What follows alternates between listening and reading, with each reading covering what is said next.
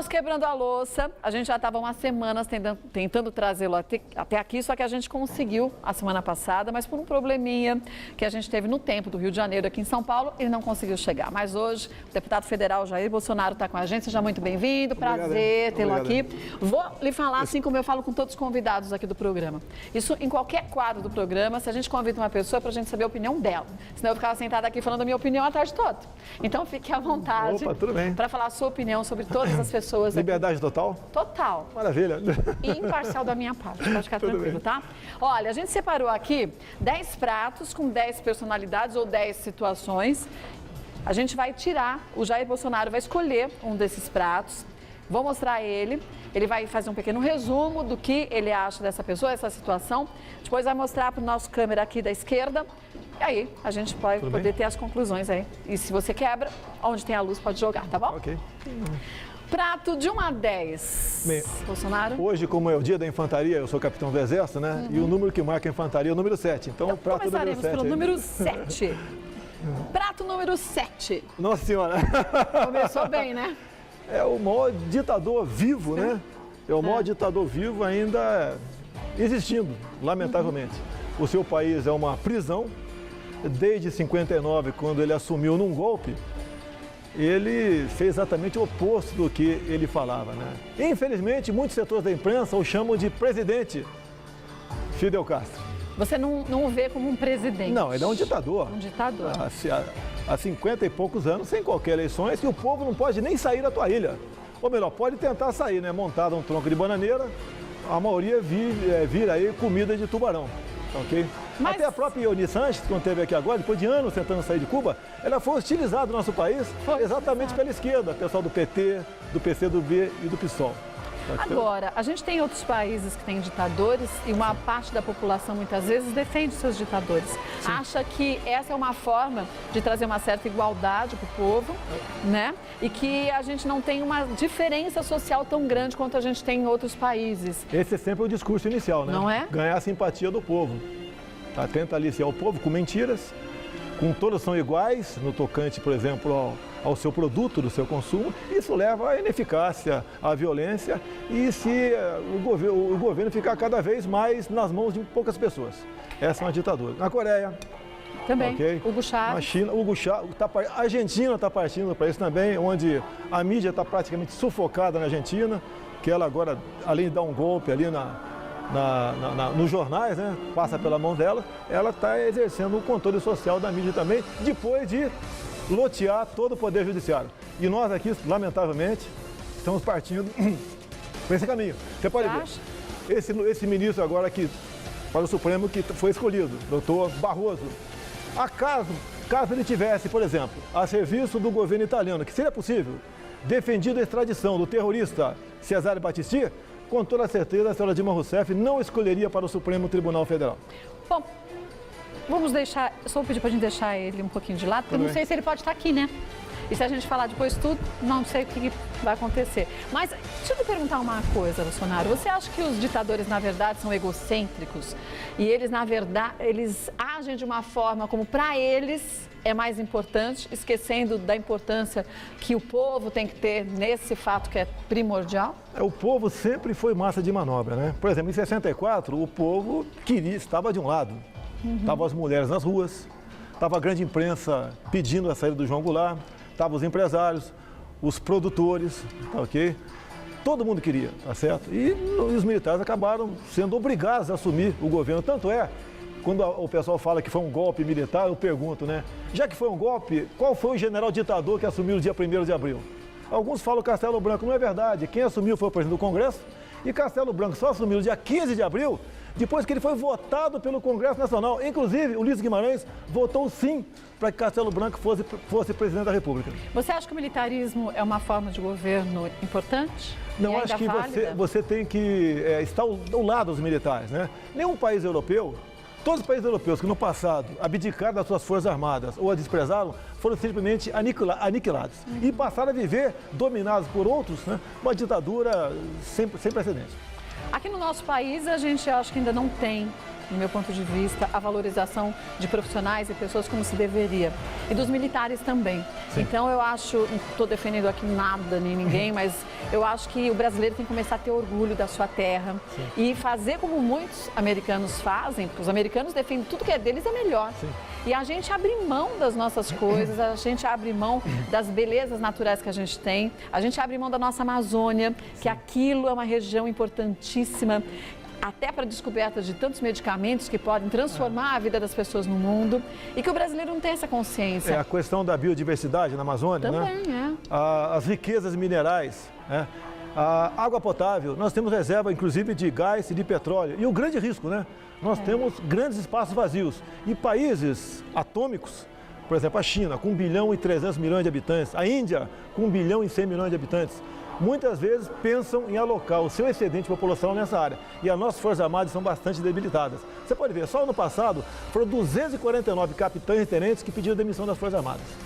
E uma formação cara. Hoje em dia, o recruta, o filho do pobre, que presta um serviço militar obrigatório, ganha R$500 por mês, abaixo do salário mínimo. É muito degradante. E a presidente ainda cria a tal da Comissão da Verdade, onde ela indica o seu 7 para nos condenar. Nós não temos voz na tal Comissão da Verdade. Isso é uma prova que ela tem medo da verdade. Se ela não tivesse medo da verdade, teremos um militar lá, quem sabe eu, nessa comissão. Mas ela indicou o seu 7. Inclusive, vários advogados, eu perguntaria, o advogado tem compromisso com a verdade ou com o seu cliente? Ele deveria ter com a verdade, mas tem com o seu cliente. Sim, exatamente. Infelizmente é assim que funciona, né? Sim. Então, fique à vontade. Posso dar um... Deve, fica tranquilo. Eu acho que devia jogar na latrina primeiro esse prato, mas tudo bem. Mas foi bem destruído Tá, pro seu gosto. Eu espero que alguma coisa aconteça em Cuba de hoje para amanhã. Quem sabe? Quem sabe, né? Olha, volto a dizer, gente, que em hipótese alguma, o que cada convidado diz aqui tem algo a ver com o que eu acho, com a emissora acha, com a direção do programa acha. A gente quer justamente isso, poder conhecer as pessoas de uma forma que muitas vezes a gente não teve ideia.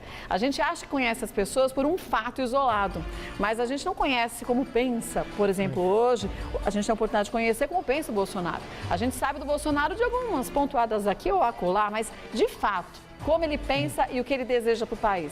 É o que a gente vai ter oportunidade hoje. Eu não fujo de qualquer debate na Câmara. Eu respondo qualquer pergunta de acordo com o meu entendimento. Não nasci para parlamentar, eu nasci para ser militar. Ok? Tanto é que sou daqui do Vado Ribeiro e conheci o Exército Brasileiro na Caça do Lamarca em 1970. E eu participei como garoto de 15 anos de idade na Caça do Lamarca no Vado Ribeiro em 1970. Então, bom, de 1 a 10, exceto o 7, que já foi Fidel Castro, qual você escolhe, Bolsonaro? Eu homenageei a infantaria, né? Isso. Agora a artilharia, meia dúzia. Prato número 6. Quem será o prato número seu? Número 6. Ah, esse é o cara. Esse é o cara, né? Que, inclusive, por ocasião da leitura do relatório, do mensalão, ele citou meu nome. Alguém pensa, poxa, corrupto, mensaleiro? Não. Ele citou meu nome, está no YouTube, né? Dizendo que entre os parlamentares que receberam agrado para votar as propostas do governo, né? E votaram, menos um, só um não votou, o deputado Jair Bolsonaro. Então, o Joaquim Barbosa passou a ser meu ídolo. Se bem que ele deu uma escorradinha, pequena pisadinha na bola esses dias aí, quando reconheceu o casamento gay. Ministro, quem sou eu para falar em Constituição para Vossa Excelência? Mas está lá na nossa Constituição que o casamento é entre um homem e uma mulher. E Vossa Excelência, na frente do CNJ, né, avançou um pouco mais das suas atribuições. Mas tem muito crédito ainda. O povo brasileiro passou a acreditar no Judiciário depois da posição de Vossa Excelência como relator da Ação Penal 470. Meus parabéns. Se eu puder levar, vai lá para o meu gabinete. Eu gosto muito dele. Já dei um abraço nele por causa disso. Tá. Ministro Joaquim Barbosa, eu acho que é um homem de uma garra e uma força absurda e uma coragem muito grande. Porque o que ele fez, o que ele está fazendo pelo nosso país, eu acho que é o que a gente precisava já há um bom tempo. E que faltava gente com o pulso e com a transparência dele. Sim. Porque ele falou o que ele achava, o que ele percebia, o que ele sentia e o que ele analisava perante o que ia chegando. E não teve medo e nem foi como eu vou dizer, atenuado o que foi dito por ele por uma pressão aqui ou uma pressão acolá, né? Eu sei que ninguém vai falar isso, talvez nem ele, né? E quem sou eu para dizer que isso que eu vou falar é verdade? Mas ele é uma pessoa competente, fala vários idiomas e tem uma coisa importantíssima, independência. Agora, parece que o critério não foi esse usado para escolher.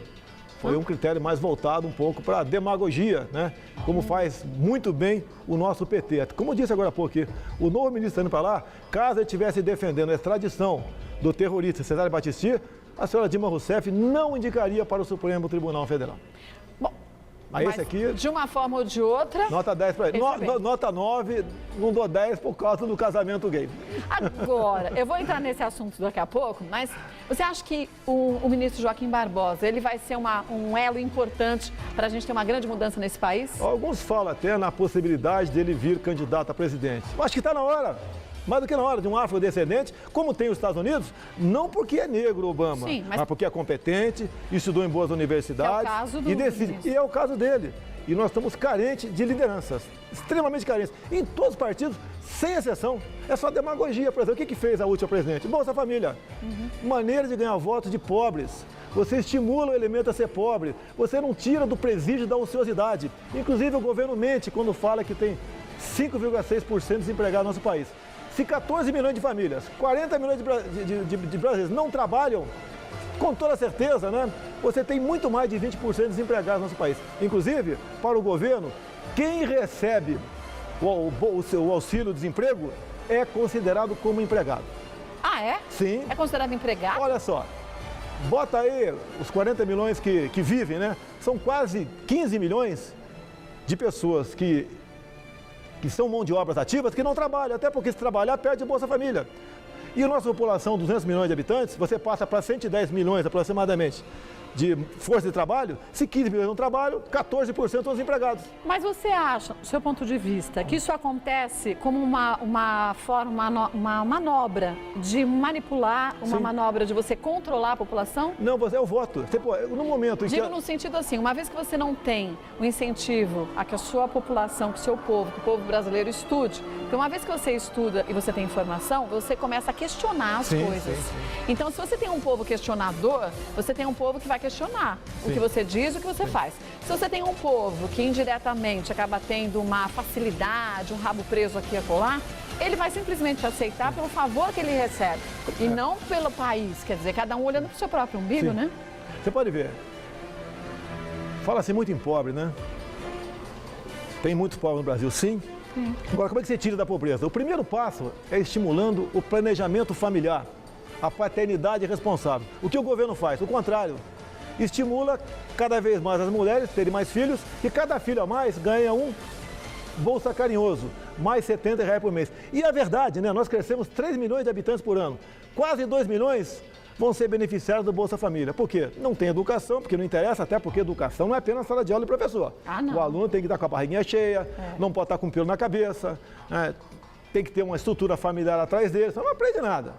Okay? E vai nessas circunstâncias de Bolsa Família, etc., a pessoa não vai aprender nada. Pais, no Nordeste você não vê mais roça de mandioca, acabou. Você não vai ver mais jegue.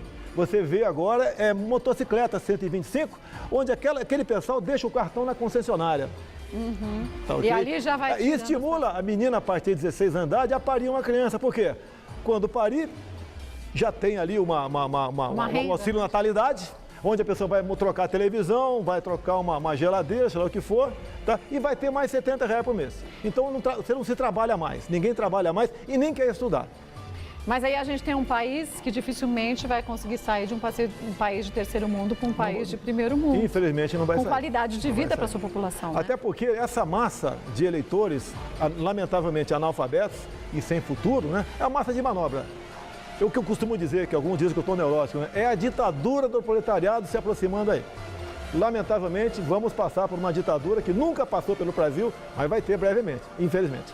Ministro Joaquim Barbosa, então, esse vai ficar aqui guardadinho, depois Bota você de frente pode levar. Daqui. Pratos 6 e 7 já foram. Bem, Próximo, já que eu dei nota 9 para o ministro Joaquim Barbosa, é o prato número 9. Prato número 9. Prato número 9. Não gosta dela?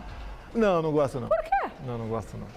Ela esteve na Câmara em 2011, né, por ocasião do lançamento de um projeto de lei chamado Projeto das Palmadas, que criminalizava as palmadas. E ela foi, como garota propaganda, favorável ao projeto. O que é o Projeto das Palmadas? Que passaram a me chamar de pessoa favorável a que se espancasse crianças.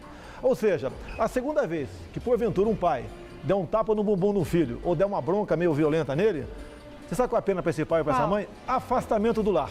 Afastamento do lar? Sim, sim. E a Xuxa disse mais ainda naquele momento lá, né? Que eu fui depois para debater com ela, né?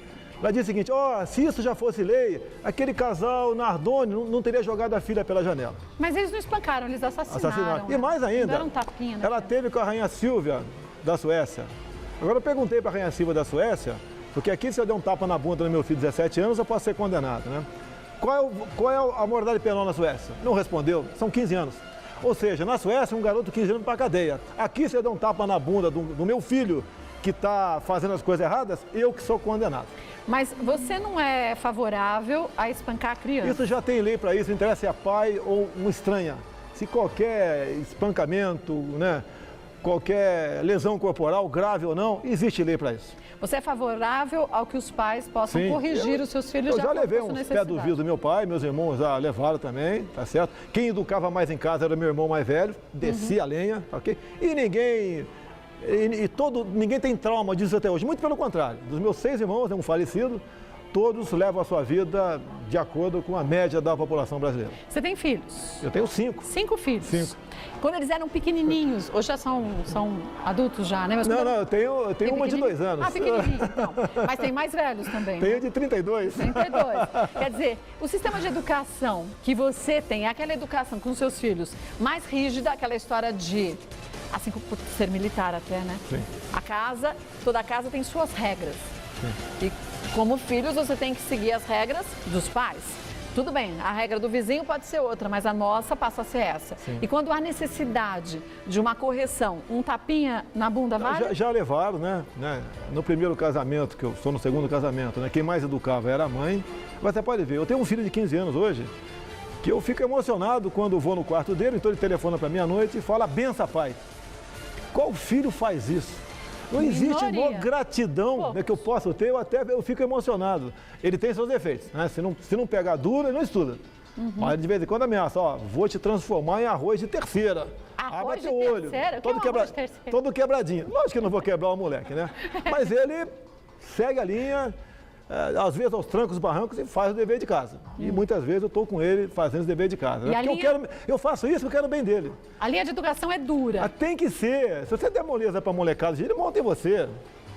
A gente vê o quanto que, infelizmente, nesse país, a gente não tem os criminosos sendo julgados da forma correta. Principalmente quando esses criminosos são menores de idade. Sim. E aí a gente começa a ver uma situação de uma violência desenfreada no país todinho, onde os adultos cometem alguns crimes, mas na hora que a polícia aprende, foi o menor. E o menor assume e fica por isso mesmo, ou o próprio menor acaba sabendo que a impunidade está generalizada e que ele pode fazer o que quer. Você acha que se a gente tivesse uma família com pulso mais firme, não digo de bater, mas de pulso, de educação, a gente teria uma situação diferente? Quer dizer, a criança aprende desde cedo que ela vai arcar com o que fez e com as suas responsabilidades? Pode ver, no meu tempo de garoto, já a mulher ficava em casa. Não estou pregando que ela volte para casa, não. Até porque a mulher, no meu tempo, ou era professora ou era dona de lar. Não fazia mais nada além disso. Então, era uma família mais presente. Hoje em dia, fica muito na mão de uma empregada, de uma babá ou até de uma tela de televisão. E nós vemos certos programas à tarde que não são educativos. Muito pelo contrário, deseducam. Então, isso leva a molecada a perder o freio. Por exemplo, videogame. É um crime videogame. Ok? Você tem que coibir o máximo possível, não aprende nada. Quer dizer, tem alguns jogos que podem até estimular a criança e tudo mais, mas tem que ser controlado, né? Orientado.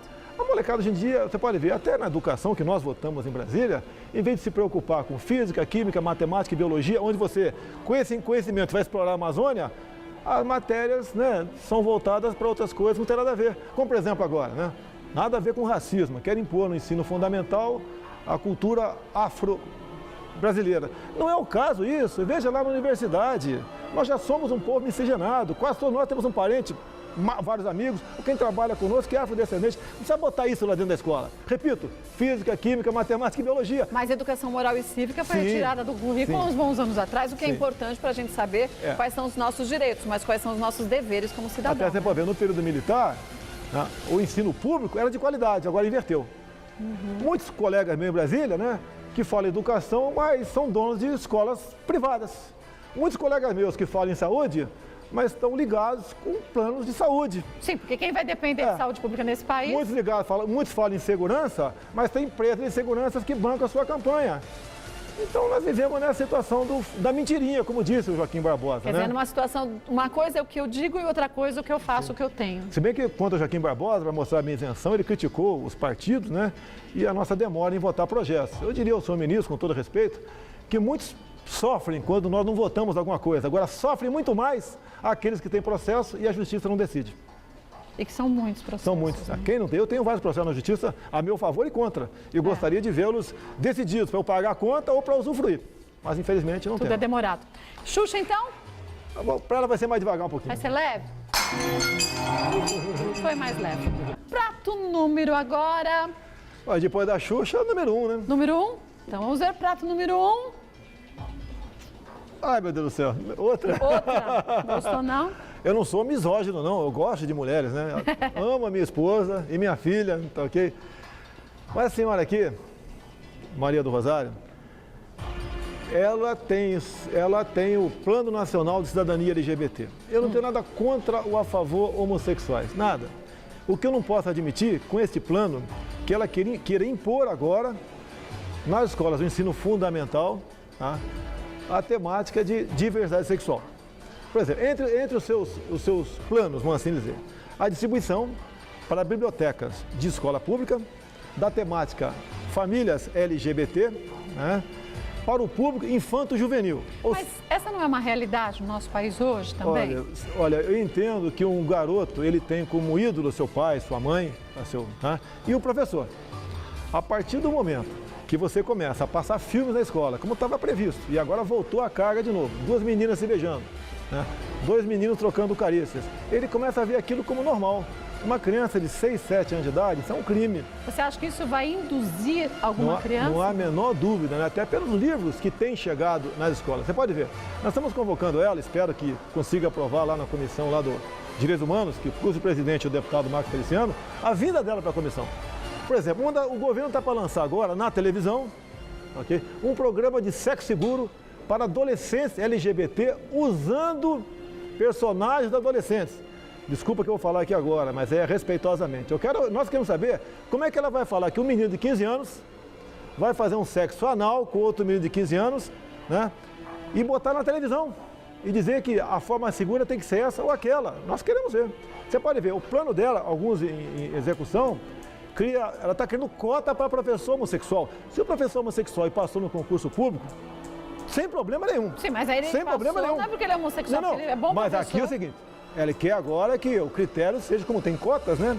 Vai ter uma cota para homossexual. Mas essa questão de cotas também, muitas vezes, é questionável, né? Até porque você pode ver, né? Nós não podemos...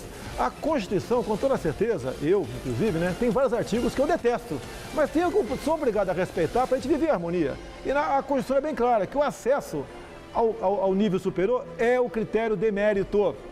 Quer ver outra coisa? Reservas indígenas.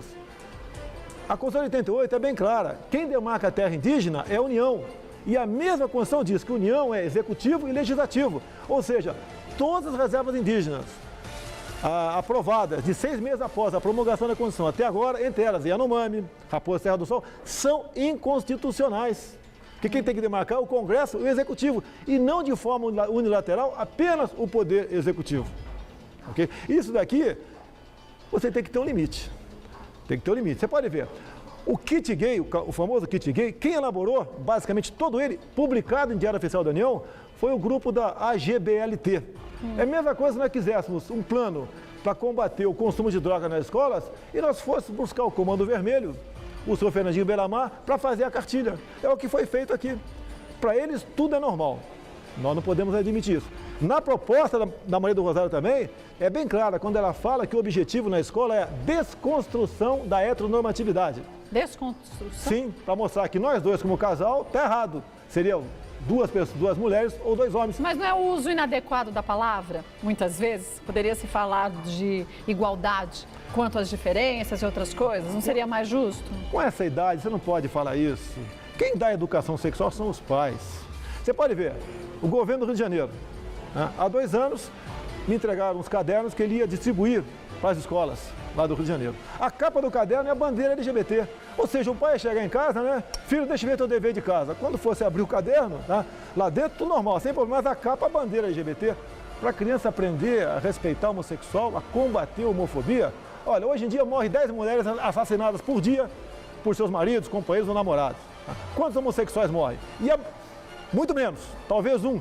Agora, desses que morrem, a grande maioria morrem por ciúme de companheiros, por estar em zona de prostituição, estar consumindo drogas, e morrer homossexual já entra na estatística como homofobia. Não podemos admitir isso aí. Então você quebra?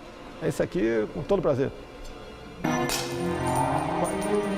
Coisa ruim, quase que não quebrou, hein? Não quebrou. Quase que não quebrou. Este foi mais um daqueles que ficou praticamente intacto. Não quebrou, não. Deixar ele inteirinho aí. Prato número agora, deputado 2, 3, 4, 5, 8 ou 10. Vamos para outra ponta, né? Vamos tentar o 10 aqui. Prato 10. Este aqui é polêmico também. Gosta dele? Olha só, eu sempre tive uma certa simpatia por ele, pela sua sinceridade. Ele é bem sincero. Não por um costume dele, né? De antigamente até, que parece que ele não tem mais agora, né? E acabou de lançar um livro, né? O Manifesto do Nada ao Terra do Nunca, onde foi com profundidade. E tem tanta verdade ali que tem gente se sentindo torturada, porque a verdade tortura. Então, em especial porque ele falou sobre o período militar, sobre a presidente Dilma Rousseff, que não deveria, ela devia estar no banco lá respondendo para a Comissão da Verdade e não direcionando, dizendo o que a Comissão da Verdade deve ou não deve fazer. O Lobão, né? Eu acho que você agora vão criticar você, Lobão, mas eu dou 10 para você aqui, tá ok? Estou contigo. E não é porque estou fazendo propaganda. Não, de jeito nenhum. O Lobão, eu gosto dele. Então é uma pessoa, geralmente quando a pessoa é criticada, você tem que prestar atenção, porque ela está falando a verdade. Por sinal, Lobão, a gente cansou de te convidar para vir aqui, mas parece que você não quer. Não, eu vou convidar. Lobão, convida ele. Vem cá, Lobão, vou pagar a missão pro Lobão. Lobão, tu vai vir aqui agora, Lobão. Vem, sabe por quê? O deputado Bolsonaro está vendo que isso é uma grande verdade aqui. A gente quer trazer as pessoas que a gente admira, pessoas que a gente quer conhecer, ter a oportunidade de conhecer um pouco mais, o que de fato cada um pensa, não o que as pessoas dizem que essas outras pessoas sejam. Então o Lobão seria uma grande oportunidade da gente poder te conhecer, e não só como um ótimo cantor que você é, mas como uma pessoa, Lobão, como agora pelo livro a gente conhece um pouco mais, né? Olha, Lobão, o programa é ao vivo, né? Ao vivo. Eu muitas vezes, como pareci em programa gravado, é tudo editado depois. Não, aqui é tudo Até verdade. o CQC, aquela coisa minha com a Preta Gil, que eu passei a ser racista, se fosse ao vivo não tinha problema nenhum. Não ia ter problema nenhum. E aqui quando a gente faz gravado, é na íntegra e a gente não tem cortes não, porque é mais fácil fazer direito. Vamos deixar então o Lobão aqui preservado. Lobão é 10. Pratos 2, 3, 4, 5 ou 8? 4. Prato 4, deputado Bolsonaro. Olha só, a pessoa está tão criticada, né? Mas pelo fato do que ele teria feito no passado, não pelo que é no presente. Eu posso considerar hoje em dia, meu amigo, deputado Marco Feliciano, botou um ponto final na farra gay na Comissão de Direitos Humanos. Eles perderam lá, foi em torno de 30 milhões por ano de emendas de comissão. Então o pessoal gay está revoltado. Também naquela comissão até o ano passado, né, ela servia para divulgar o Plano Nacional de Cidadania LGBT da Maria do Rosário. O ano passado fizeram ano retrasado, uma audiência pública, sabe qual foi o nome? Nono Seminário LGBT Infantil, onde uma psicóloga falou o seguinte: se dois meninos começam brincar com o órgão sexual do outro, deixe eles brincar à vontade. Eles serão mais inteligentes no futuro. Chegou-se a esse ponto. Tá? Nós botamos com o Marco Feliciano agora, lógico que eu estou do lado dele, né? Você compartilha das ideias dele sobre a homossexualidade? Compartilhamos, sim. Até tem uma questão agora, né? Nós estamos para votar o que chamam de cura gay. Não é cura gay. Você vê, se, por exemplo, eu quiser procurar um psicólogo... Cura gay, mas não é doença. Pois é, mas é o apelido que deram, para exatamente você ser contrário ao projeto. Exatamente. O que é cura, chamado cura gay? A gente só cura uma doença. Se um homem quer procurar um psicólogo porque ele quer se transformar em ele quer passar a ser homossexual, não tem problema nenhum. Agora, se um homossexual quiser procurar um psicólogo para deixar de ser homossexual, hoje em dia, o psicólogo perde o seu registro no Conselho Federal de Psicologia. Mas você acha que a homossexualidade é uma doença? Não acho, não. É comportamento. Na grande maioria das vezes, é comportamental. Você acha que comportamento quer dizer, eu sou hétero, a partir de amanhã eu posso resolver ser gay? Não, você pode se relacionar com as mulheres, né? Ou você acha é um comportamento teu. A gente nasce assim, quer dizer, a minoria nasce. Você pode ver, os grandes atletas, eles são mais frutos de acidentes genéticos do que de preparação física. Você, por exemplo, tem mais fibras brancas ou vermelhas. Então, você vai dedicar a um esporte de explosão, tá? Ou de resistência, de acordo com o seu acidente genético. Você fugiu um pouquinho da normalidade.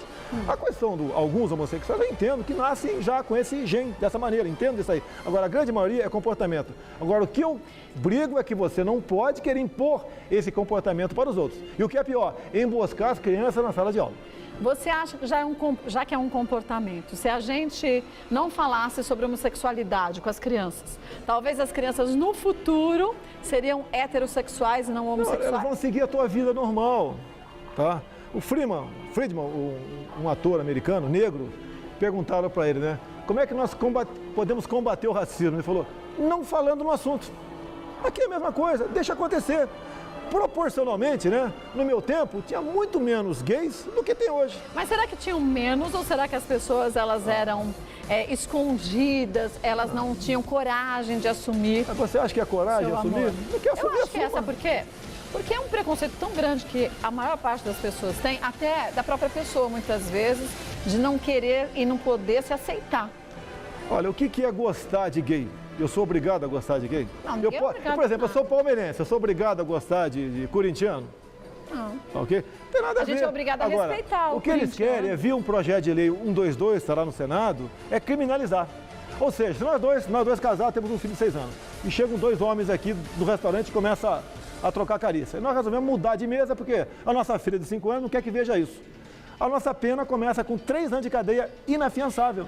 Mas aí eu acho que não é nenhuma questão de... É uma questão de bom senso, não em relação à homossexualidade. Mas se a gente tivesse um casal hétero que fica se pegando no meio de um lugar que não interessa, é desagradável para as crianças verem, tudo bem. Mas se você divertir o casal hétero, o dono da pizzaria, não tem problema nenhum. Agora, se o dono advertir um casal homo, ele com toda certeza vai talvez até perder o seu alvará. O governo do Distrito Federal, do PT, há 2 semanas ele baixou um decreto criminalizando todo e quanto é tipo de pessoas que manifestassem comportamentos dessa forma. À tarde ele mudou de opinião. Ele revogou o próprio decreto dele. A lei existe para preservar a maioria, não é a minoria, meu Deus do céu. Só isso. Mas a gente não deveria ter uma lei que, na verdade, preservasse a condição do brasileiro e não se o brasileiro é isso ou se ele é aquilo, quer dizer, o direito do cidadão brasileiro? Olha, tem muito barrigudo, careca, narigudo, que fica ofendido se houve uma piada naquele momento sobre um defeito físico dele, né? Agora, você deve criminalizar, botar na cadeia esse cara que chamou alguém de narigudo, de barrigudo, vamos criar lei para carecofobia, narigofobia, flamengofobia, ok? Não é por aí. Então, não vai... Não, o Marcos Feliciano tá... Eu até disse para ele, né? Caso essa comissão não funcione esse ano, será melhor do que funcionando aos moldes de anos anteriores. 2, 3, 5 ou 8, deputado? Agora vamos para o 8. Vamos para o prato número 8. Quem será? Epa, é o meu ídolo. É? Tá? O melhor presidente da República do Brasil. Tá? Por que você acha isso? Entre outras coisas, né? O nosso mar territorial era de 10 milhas, agora são de 200 milhas. Se não fosse ele, não estaria o PT aí, né, falando sobre o pré-sal, ok? Devemos a ele a ponte Rio-Niterói, devemos ele a aniquilação da guerrilha do Araguaia. Se ele não fosse enérgico, tá? Hoje em dia nós teremos no coração do Brasil, teríamos, né, o que a Colômbia tem lá, uma Farc. Então, o nosso querido presidente Emílio Garrastazu Médici, que diga de passagem, flamenguista, né? Eu sou botafoguense, mas quando ele entrava no Maracanã, todas as torcidas o aplaudiam de pé. Mas diziam que ele era um pouco ditador também. Isso é um exagero, você acha? Olha, ele pegou um período muito difícil na nossa história. Os grupos de esquerda, né, recrudesceram na luta armada naquele momento. E era o pessoal que pegava em armas, que você não faz nada sem dinheiro, né? Com dinheiro da União Soviética que passava por Fidel Castro. Okay? Então era um pessoal treinado fora do Brasil e defendiam uma ideologia de países que não admitiam liberdade em seu próprio solo. Então, por isso e tantas outras coisas, tantas outras obras... Foi mais firme, mas tem que ser firme, você tem que ser firme, tá ok? E você era firme com bandido. Nós aqui andávamos, O pessoal da minha idade para cima, de 60 anos para mais, andava em paz pelas ruas. Não tinha essa bagunça de drogas, ok? Não tinha essa bagunça de violência. Tanto é que no tempo dele nós tínhamos 30 mil presos. Eu sei que nós tínhamos metade da população que tem hoje. Você tem 560 mil hoje em dia. E olha que tinha que ter pelo menos 2 milhões para você começar a ter paz. Porque o governo não cansa de indultos, né? De Natal, de Dia das Mamães, etc. Soltar esse bando todo para nos violentar aí fora. Em alguns momentos mais críticos de violência, a gente vê como aconteceu no Rio de Janeiro, que há necessidade de se pedir a ajuda do Exército. Quer dizer, se a gente pede a ajuda do Exército, é sinal que a gente, em momentos mais críticos, a gente acha que o Exército tem um ponto forte e uma forma firme de resolver. Você acha que se a gente tivesse, de uma forma ou de outra, o Exército mais presente dentro do nosso país, ajudando na segurança, na organização, a gente teria menos violência? Você teria, mas você não pode obrigar um jovem cuja mãe entrega seu filho para o serviço militar obrigatório combater o crime organizado. E outra coisa, o Rio de Janeiro, a nossa polícia militar, o acidente, o efeito colateral é o inocente morrendo. E a culpa sempre recai em cima do policial militar. Até em tribunais de júri, há pouco tempo atrás, se um policial ser julgado, caso ele fosse absolvido por 7-0, algumas pessoas do tribunal que morava em comunidade era ameaçado. Ou seja, você tem sempre que condenar o policial militar. E a comunidade, é lógico, vai acusar o policial, porque a polícia vai embora depois, o traficante vai em cima da família que acusou aí o traficante. Mas aí a gente não tem um outro problema, quer dizer, uma vez que a gente tem um país que não cuida direito do seu povo, sim, né? Então a gente tem uma comunidade que não tem nada, não sim, tem água, não tem luz, não tem o básico do básico do básico para se viver. E aí você tem um traficante que chega ali e traz para esse povo aquilo que o governo devia dar e que muitas vezes não dá. Será que não é aí esse elo que se cria? Isso se fala errado? muito em milícia, né? Tem gente que pede a volta da milícia, porque ele impunha esse respeito na comunidade. Essa tal organização. Sim, o traficante é mais pela violência, né? Você pode ver, por pressão deles, com toda certeza, o ex-presidente da Comissão de Direitos Humanos, deputado do PT do Maranhão, né, na sua reforma aqui do Estatuto Penitenciário, ele garante a visita íntima para o preso, pode ser a sua companheira, sua esposa ou pessoa indicada por ele. Então, mas aí a gente tem um outro problema nas penitenciárias. Eu já fiz matérias em penitenciárias que acontece o quê? Quer dizer, eu estou presa e a sua esposa está presa comigo, estamos as duas presas. Mas aí eu tenho um problema com ela e eu falo, olha, ou você resolve isso, ou então, a partir de amanhã, você vai trazer o seu marido para sair com a fulana, com a ciclana, com a beltrana. Então, é uma forma da gente resolver os problemas de dentro do penitenciário usando a família de quem está indo visitar. Você pode ver, os saidões tinha que ser impedido, sabe por quê? Aquele elemento que vai para a rua, ele recebe a missão de quem ficou. Mas não é indulto, isso é um insulto, não, né? Não, esse aí é os saidões que tem que voltar. Insulto, na verdade, não é um indulto, como eles chamam. Esse pessoal tem que... Eu digo até que a cadeia é o lugar mais democrático do mundo, porque só está lá dentro quem fez muito para merecer aquilo. Você pode ver, tem presídio... Ou então quem não tinha dinheiro para pagar advogado. Tem presídio americano que é proibido o tiro de advertência. Ou seja, você tem que atirar no meio do motim. Tinha que ser a mesma coisa aqui. Preso tem direito a não ter direito. Mas acontece que nos Estados Unidos a gente tem cadeias que de fato podem recuperar esse preso. Aqui a gente tem um depósito de pessoas que qualquer um que for visitar ou que for fazer uma matéria lá vai ver. São 100 pessoas dentro de um cubículo de 3x3 que não tem como você sair melhor dali. O governo está em regime de quase urgência na Câmara, via comissão especial. O governo quer reformar esse sistema. Sabe como? Como? Sendo direito do preso a cela individual. Mas como você vai arrumar? O governo quer arrumar entre aspas. Ao você dar como direito ao preso ter a cela individual, você vai botar 80% dos que estão aí na rua, porque não tem cela individual para todo mundo, e você vai acabar, via Ministério da Justiça, definir quem você vai botar para dentro do xadrez ou não. Você acha que por exemplo, o Zé Dirceu, caso aprovado, isso iria para a cadeia? Não, porque tem gente muito mais perigosa do que ele, vamos assim dizer, né? Que iria na frente dele. E o critério seria aquele do Ministério da Justiça do governo. É difícil. É difícil. Então, vamos guardar aqui o Médici. Vamos guardar aqui o Médici aqui, nota 11 para ele aqui. Deixa eu lhe perguntar uma coisinha. A resposta é só sim ou não, não vou nem colocar na berlinda. Você acha que a pena de morte no Brasil seria uma boa saída? Sim. Sim? E o governo não precisa contratar ninguém para fechar a chave ou fuzilar. Eu sou voluntário de graça. Você pode ver esse animal que queimou essa dentista aqui. Merece o quê? Morte. Aquele que matou o estudante que tinha na cabeça aqui também. Morte. Quem acha que dá para recuperar? Hoje em dia, dos presídios, está saindo um montão de gente. Vai lá e pega um estuprador, tá certo? E já é liberdade, e leva para dirigir o carro da tua esposa, da tua filha, já que você acha que tem recuperação. Eu acho que não tem recuperação. Ele deve ser reciclado. Você acha que não tem recuperação para nenhum crime? Não. Para crimes assim hediondos? Tem, é lógico. Para mim, qualquer crime premeditado seguido de morte merecia a pena de morte.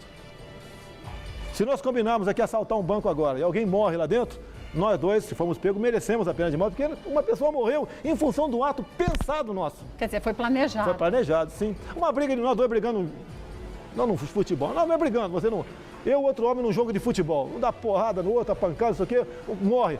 Mas não é o caso, foi uma fatalidade, aconteceu, segue quente. Mas com planejamento. Não, com planejamento, sim. Pode ver, hoje em dia está comum aqui o estupro, né?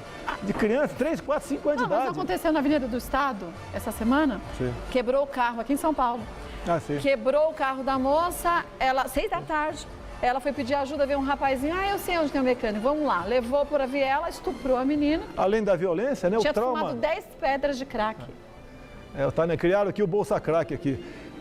Você tem que ajudar, é aquele garoto honesto, que dá benção pro pai, que quer estudar, que quer trabalhar, que toma banho, tá certo? Que quer ser alguém na vida. Você tem que dar uma bolsa pro pai desse, talvez até dar uma bolsa pro pai desse moleque. E não pro pai do cracudo. Mas deixa eu lhe perguntar uma coisa só, e depois a gente já volta para os pratos.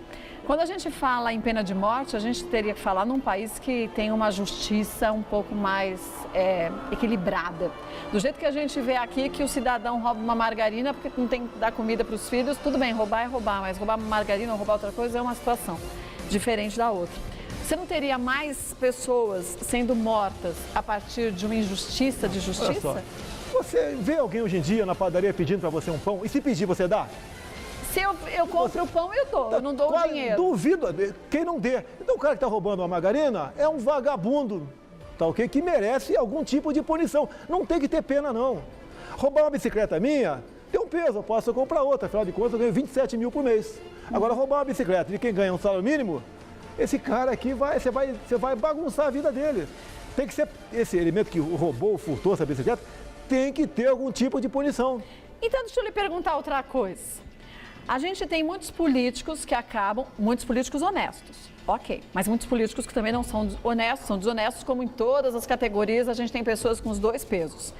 Se a gente tem políticos que roubam e fazem falcatruas, que na verdade prejudicam a vida e matam muitas vezes diretamente as pessoas, se a gente tem um sistema público de saúde que é falho, se a gente tem pessoas que roubam da saúde pública nesse país, que já é uma droga, ainda vão lá e roubam, se a gente tem pessoas que levam outras a uma situação difícil de vida e à morte, esses políticos também não mereciam a pena de morte? Se você acha que a pena de morte é uma saída, né, para quem comete um crime, que planeja a morte de alguém. Sim. Se eu crio de uma forma ilícita algo para me beneficiar, retirando do povo e isso causando transtornos, levando até a morte, eu não mereceria também a pena de morte? Não é, concordo contigo. Você pode ver a questão do leite, né, botando amônia, entre tantas outras porcaria no leite. Com toda certeza, alguém que estava com problema de saúde foi levado à morte em função disso. Ok? Agora, nós sabemos que a pena de morte está como cláusula pétrea na nossa Constituição. Não tem como você mudar isso aí, a não ser uma nova Assembleia Nacional Constituinte. Mas você acha que os políticos também mereciam a pena de morte? Qualquer um. Que não basta apenas nós irmos assaltar um banco com violência, uma arma na mão.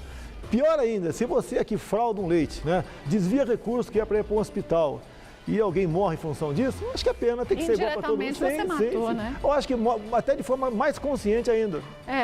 Alguns reclamam da vida de político, mas raros são aqueles que não se candidatam à reeleição. É verdade. Pratos 2, 3 ou 5, deputado? 2. Prato número 2. Está à direita do médico aqui, vamos ver se eu dou sorte aí. Dá sorte. Ah, dei sorte. Deu sorte, é? Realmente à direita do médico. Esse é um homem que só daqui uns 20, 30, 40 anos que vai ter seu valor reconhecido. Por que você acha isso? Ele hoje em dia aqui está sendo execrado pela mídia de maneira geral. Grande parte da mídia vive em função da propaganda oficial do governo. Ok? Esse homem aqui fez parte de um grupo que combateu mais de 40 grupos guerrilheiros no nosso país, cujos estatutos de todos esses grupos, né, documentado, eles queriam era a ditadura do proletariado. E o objetivo intermediário era a destituição dos militares. Então é um homem que nós devemos a nossa democracia em grande parte a ele. E alguém falar isso aqui, vai ter muita gente lá, talvez até desligue a televisão, mas é a verdade. Quando ele falou agora na Comissão da Verdade, até falou que a senhora presidente participou de 4 grupos terroristas, só no dia seguinte um outro jornal botou, nenhum jornal publicou, por exemplo, nada.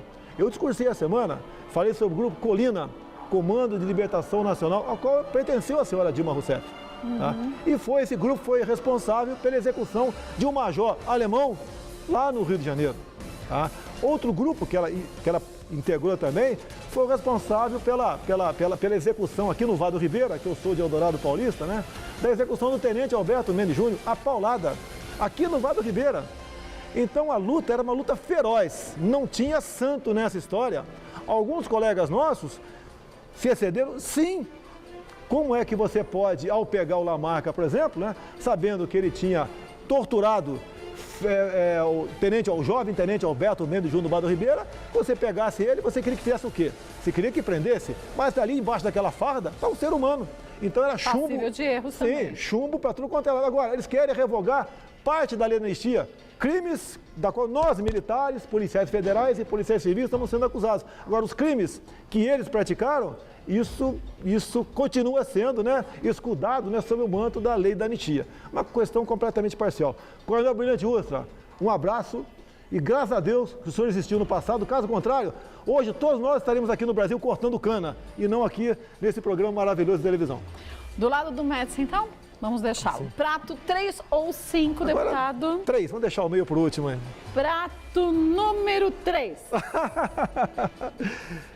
Dá para deixar por último, não?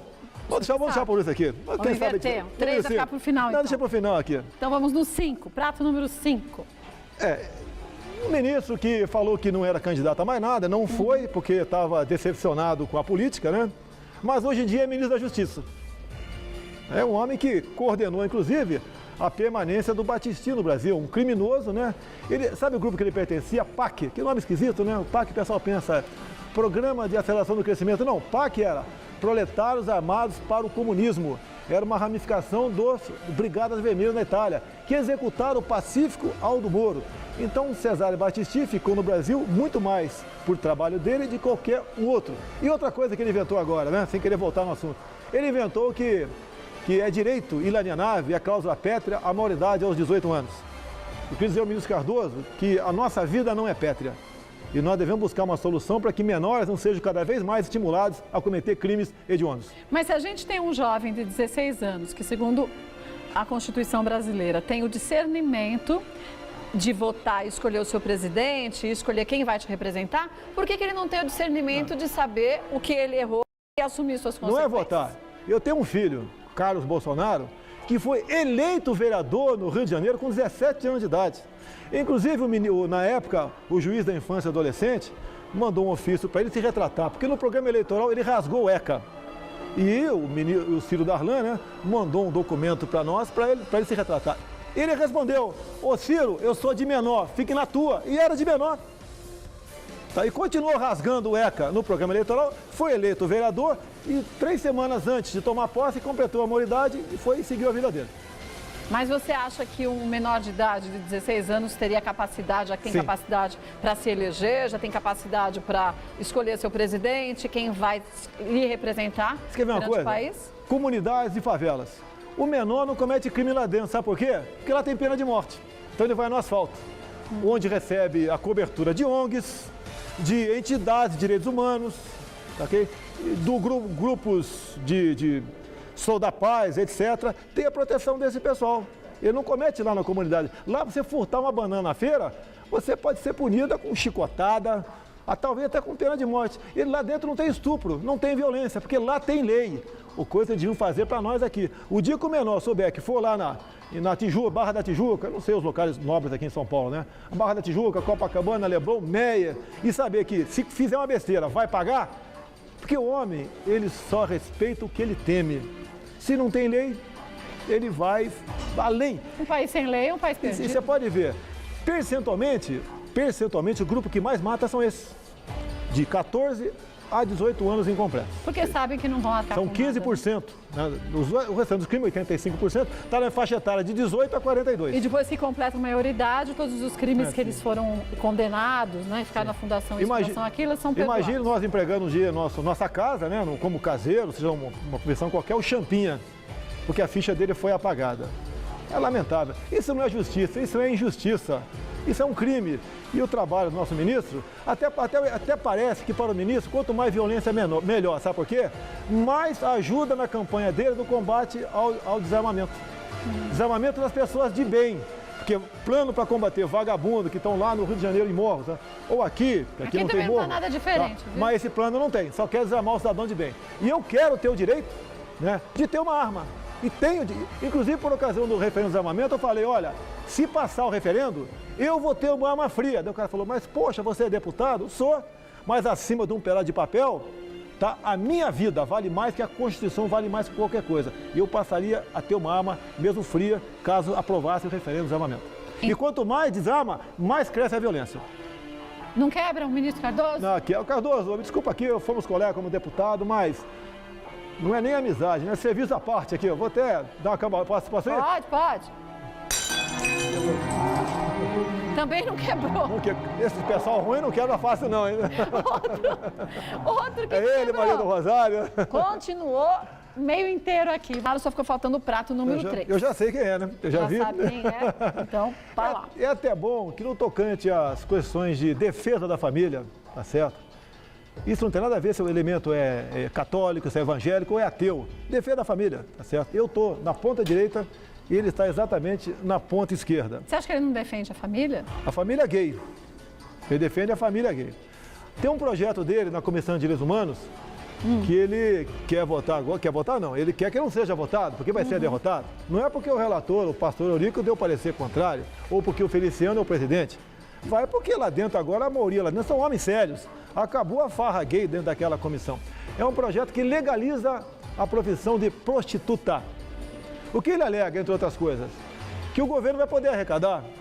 Ô, Jean Willis, pelo amor de Deus. Arrecadar? Arrecadar, imposto. Ninguém vai numa casa de prostituição, uma casa de massagem, e paga com cartão, com cheque e exige nota fiscal. Mas ainda diz que vai dar dignidade à prostituta porque ela vai poder ter carteira de trabalho, pagar INSS. Ou seja, um pai vai ficar muito feliz sabendo, minha filha está empregada na casa de prostituição tal, a carteira de trabalho dela está aqui. Agora, o que é duro, né? O Ministério da Saúde, discutindo essa matéria, falou realmente que a mulher vai ter mais dignidade, ela ficará livre do não mais cafetão, mais rufião agora, e ela poderá, inclusive, ter um plano de saúde, etc, etc, etc. O governo federal e o senhor Jean Willis deveriam colaborar para criar um mecanismo para que a mulher não entre nessa vida. Porque ali uma minoria realmente tem essa, quer ser, tudo bem. Agora, a grande maioria é iludida. Aqui você preferia ter outra profissão, né? Inclusive a questão do estupro de vulnerável, hoje em dia, se alguém tem relação com uma menina abaixo de 14 anos, é estupro. Não interessa se é consentido ou não. Na reforma feita lá do Congresso Nacional, que vem para cá, mas feita por juristas, está passando essa idade para 12 anos. Ou seja, estamos aqui legalizando, na verdade, a pedofilia. Não é isso que nós queremos para nossas famílias. Quer ter a tua família gay? Fique à vontade. Mas essa questão não é nem da família gay, é mais a questão é mais moral, é ética. Quem não quer ter uma família normal, aceita pela sociedade, vai ter a tua. Agora não ataque a nossa. Nós não merecemos isso daqui dentro da Câmara dos Deputados. Agora a resposta ele vai ter o ano que vem lá no Rio, né? Com toda certeza. Vai quebrar o Jean Willis? Eu queria levar para casa para casa não, eu queria levar para botar num valão aqui, jogar aqui no Tietê. Porque aqui poderia alguém no lixo pegar e montar isso aqui, eu queria que realmente sumisse aqui. Eu vou quebrar isso aqui. Dá para depois pegar os cacos, dá para jogar lá aqui no Tietê? Pode levar, você leva para onde você Jean Willis, quiser. boa viagem, Jean Willis. Não quebrou também, ó. Não quebrou também. Parece até que é armação, né?